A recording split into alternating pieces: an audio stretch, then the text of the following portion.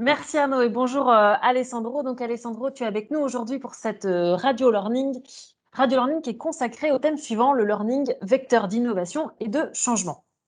Alors, changement, transformation, innovation, c'est des thèmes que tu maîtrises à la perfection. Alessandro, pour te présenter rapidement, donc tu es docteur en management, expert sur tout ce qui est management du changement et de la transformation et performance collective. Tu accompagnes notamment de nombreux clients sur leurs projets de transformation. Tu as écrit plusieurs livres, dont un sur ta méthode, la stabilité dynamique. Et alors justement, dans un monde dans lequel nous vivons aujourd'hui, le changement est partout, la vitesse des changements l'est encore plus. Nous sommes en constante évolution, nous, en tant qu'êtres humains, mais l'entreprise l'est tout autant pour qu'elle soit innovante et donc qu'elle puisse être compétitive. Et alors, avant de rentrer dans le détail, Alessandro, et de l'impact sur le learning, est-ce que tu peux nous éclairer sur la différence entre le changement et la transformation? Bien sûr. Donc, bonjour Emeline, bonjour à toutes et à tous. Donc, changement et transformation sont deux termes qui sont utilisés souvent comme des synonymes, mais en réalité, les processus ne sont pas identiques.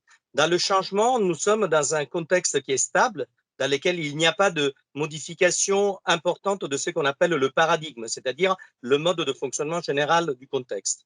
Donc, le changement, c'est principalement de l'adaptation continue, donc de l'amélioration continue, qui permet de se mettre dans les meilleures postures possibles face à un contexte qui est globalement le même. Et donc, même à ce qui concerne l'avenir, il y a peut-être de l'incertitude, mais c'est une incertitude sur laquelle on peut poser de la probabilité et on sait que ce sera plus ou moins comme quelque chose qui s'est passé dans le passé. La transformation, par contre, a lieu quand il y a un changement de paradigme important, c'est-à-dire qu'il y a des ruptures qui peuvent être des ruptures technologiques, sociales, économiques, politiques, sanitaires, comme celles que nous sommes en train de vivre, et qui amènent fondamentalement une différence dans le mode de fonctionnement de l'ensemble du système. Et vis-à-vis de l'avenir, en fait, on fait face à quelque chose qui est inconnu. Et donc, évidemment, il s'agit dans une transformation de modifier complètement ces modes de fonctionnement et surtout, à différence d'un changement, dans la transformation, il n'y a pas la possibilité de revenir en arrière. Pour terminer, c'est un exemple, c'est une chenille qui est dans le cocon, quand finalement elle fait son processus de transformation, devient un papillon. Et voilà, donc ce n'est pas un changement, c'est une vraie transformation. Merci Alessandro. Et du coup, je crois qu'aujourd'hui, et nous-mêmes nous le sommes en tant qu'organisme de formation, on est vraiment confronté à des projets de transformation et non pas de changement. Tu indiques notamment dans ton livre sur la stabilité dynamique que justement, pour pouvoir conduire un projet de transformation, il est nécessaire de créer du dynamisme dans un environnement stable. Alors, comment est-ce qu'on fait cela? Bien, oui, donc ceci, c'est d'abord un principe de systémique cybernétique, c'est-à-dire que dans tout système, si on veut avoir du dynamisme, il est nécessaire que les systèmes aient des éléments de stabilité. Pour vous faire un exemple, si je suis dans un voilier et je le vends arrière et toute voile dehors, le système est stable, mais s'il y a un changement de vent et un changement de mer et le voilier se trouve dans des situations différentes, ben, évidemment, pour continuer à naviguer, ils doivent modifier sa stabilité, par exemple, en réduisant la voile et en modifiant sa trajectoire. Donc, la question fondamentale, c'est qu'on a souvent la tendance à faire confusion entre stabilité, immobilisme et dynamisme et agitation.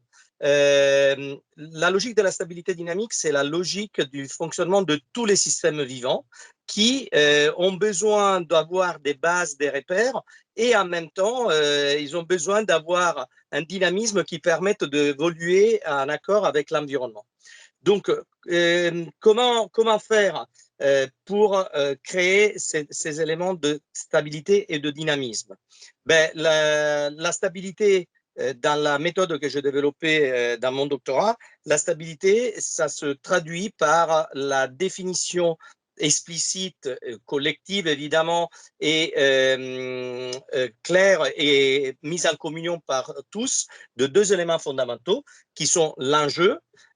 Donc, quel est l'enjeu de la transformation, évidemment, et quelles sont les règles du jeu, c'est-à-dire le cadre de référence à l'intérieur duquel les acteurs peuvent agir avec de l'initiative pour pouvoir protéger l'enjeu. Merci Alessandro. Donc, si je comprends bien, la stabilité dynamique, ça nécessite donc un enjeu à protéger, des règles du jeu qui soient clairement définies et bien évidemment comprises par tout le monde. Et ça nécessite également la mise en place de la coopération. Comment on met en place la coopération? Alors, la coopération, c'est ce qui a permis aux êtres humains de survivre en étant les plus faibles parmi certaines espèces dans leur environnement, mais justement parce qu'ils ont fonctionné en meute et ils ont coopéré.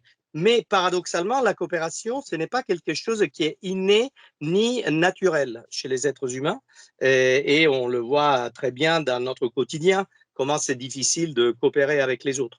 Donc, si on veut promouvoir la coopération, eh bien, il faut créer les conditions pour que ceux qui coopèrent aient des avantages plus importants que ceux qui ne coopèrent pas, et que ceux qui ne coopèrent pas aient des coûts plus importants que ceux qui coopèrent. Et donc, si on veut être direct, sans être brutal, mais ce que je dirais, c'est que la coopération est quelque chose qu'on doit contraindre dans le sens de mettre des processus qui soient des processus vertueux pour ceux qui coopèrent et des processus, disons, gênants pour ceux qui ne coopèrent pas.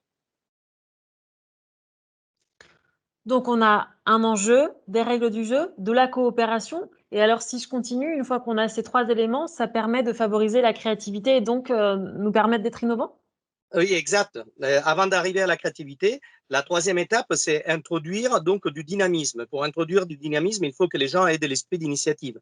Pour que les gens aient de l'esprit d'initiative, il est nécessaire de manager dans une logique d'autonomie, sachant que l'autonomie, ce n'est pas une caractéristique des personnes, mais c'est une caractéristique des liens qui unissent le porteur d'un jeu avec les gens qui doivent contribuer à porter cet enjeu.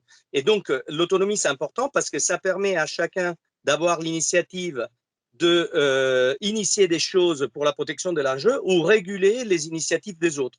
Et ça, c'est quelque chose d'extrêmement intéressant parce que dans la méthode du management contextuel par l'autonomie, il est possible de l'utiliser à la fois dans le management hiérarchique, ahiérarchique, management de projet, entre pairs, avec les clients, avec les fournisseurs. Donc, c'est vraiment une approche globale. Si chacun développe de l'initiative et régule les initiatives des autres, à ce moment-là, il va se passer quelque chose d'extrêmement intéressant, c'est que l'état d'esprit évolue vers l'idée d'être dans un état d'esprit orienté solution.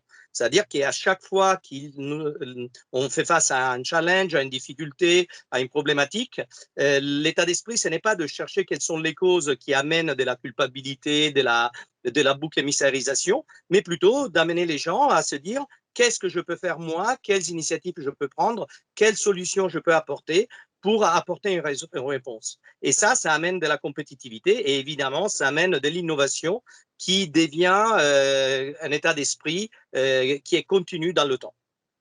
Merci beaucoup Alessandro.